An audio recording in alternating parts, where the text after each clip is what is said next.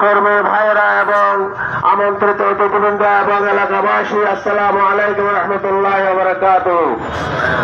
ইতিমধ্যে আপনারা জেনেছেন বাংলাদেশ জামাতে ইসলামীর নেতৃত্বে 8টি জাতীয় ইসলামী এবং দেশপ্রেমিক দল 5 দফা দাবি আদায়ের লক্ষ্যে অন্তর্বর্তীকালীন সরকারের কাছে দাবি জানিয়ে আসছে যে 2024-এর 36 জুলাই যে রক্তক্ষয়ী ছাত্র গণ অভ্যুত্থানের মাধ্যমে আমরা যে দ্বিতীয় স্বাধীনতা অর্জন করেছি, সেই জুলাই